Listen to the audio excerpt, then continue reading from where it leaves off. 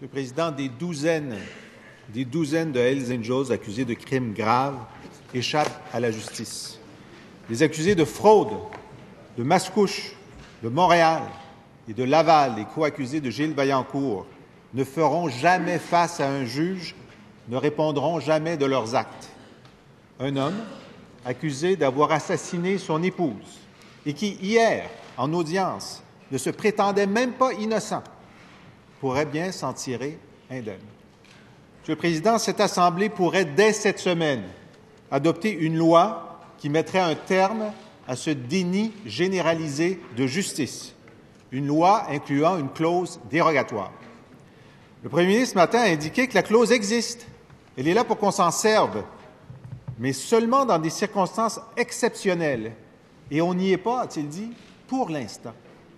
On n'y est pas pour l'instant. Alors, je lui pose la question, pourrait-il nous dire à partir de combien de Hells Angels en liberté, à partir de combien de fraudeurs en liberté, à partir de combien d'accusés de meurtre, de viol ou de proxénétisme en liberté va-t-il enfin se décider à agir pour les victimes et pour la justice? Monsieur le Premier ministre. Monsieur le Président, d'abord, on partage tous le mot surprise est insuffisant. Je dirais le profond sentiment de malaise devant cette décision par rapport au cas qu'il vient de mentionner. Je pense que tous les Québécois et Québécoises font ça.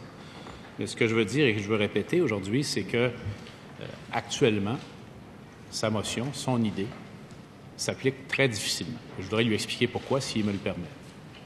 D'abord, c'est que la période d'appel pour ce cas-là n'est pas complétée.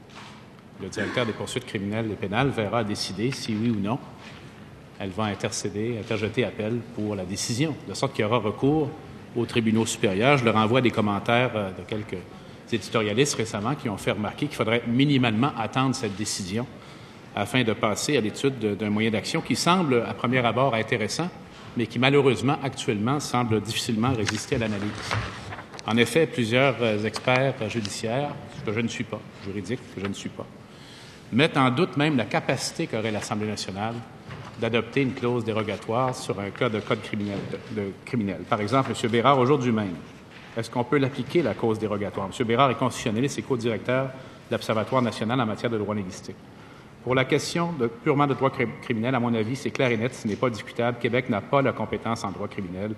Tu ne peux pas adopter une disposition de dérogation dans un champ de compétences qui n'est pas le tien. Alors, il faut rappeler que des actions ont été prises, et j'aurai l'occasion d'en parler plus dans les prochains échanges que j'aurai avec le collègue, mais actuellement, je trouve que l'idée du collègue, ça fait partie du catalogue de ce qu'on appelle les fausses bonnes idées. En terminant, première complémentaire, Monsieur le chef de l'opposition. Le premier ministre parlait il y a quelques jours de bombe nucléaire. La bombe nucléaire, c'est celle qui s'abat sur la confiance que les Québécois ont en la justice. La bombe nucléaire, c'est celle qui s'abat sur les victimes qui n'auront pas justice.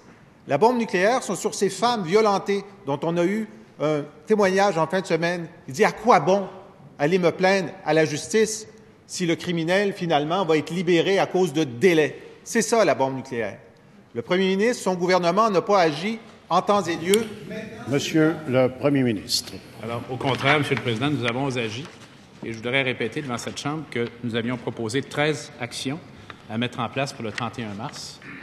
Ces 13 actions sont toutes soit complètement effectuées, soit en voie de l'être, par exemple lorsqu'il s'agit d'engager des gens ou de suivre le processus de dotation normale.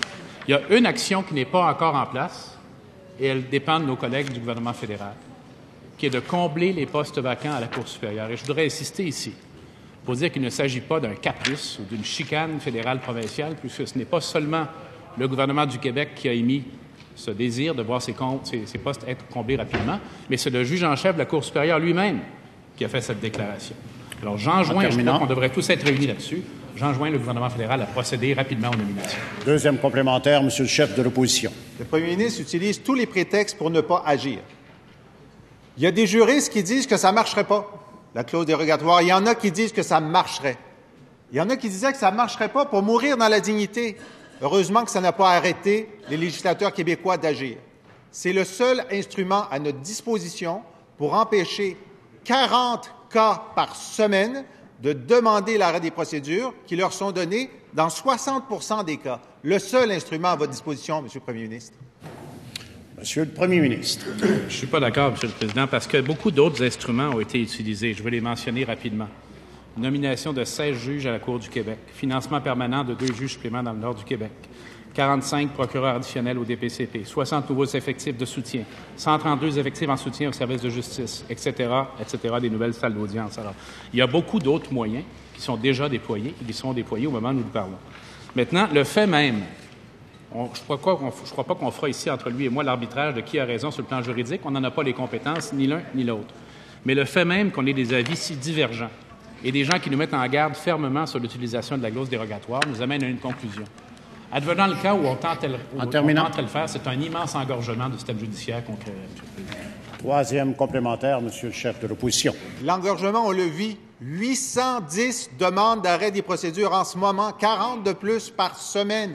Malgré les ressources supplémentaires, les délais s'écoulent. Tout ce dont le premier ministre parle, ce sont des délais supplémentaires. Attendre qu'Ottawa mette des juges, attendre d'aller en appel sur l'accusé de meurtre. Pendant ce temps-là, c'est la justice qui écope. Est-ce qu'il aurait le cran politique d'avoir la clause dérogatoire? C'est le seul instrument à sa disposition pour briser les crises qu'on connaît maintenant. Monsieur le Premier ministre. Ce n'est pas exact que c'est le seul instrument à notre disposition.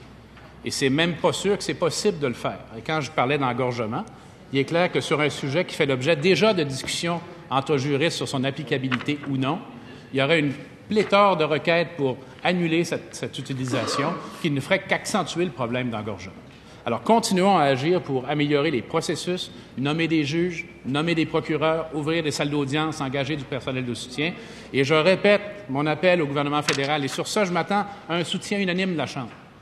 Je répète mon appel au gouvernement fédéral afin que celui-ci procède rapidement à la nomination des 14 postes de juges à la Cour supérieure qui doivent être remplis.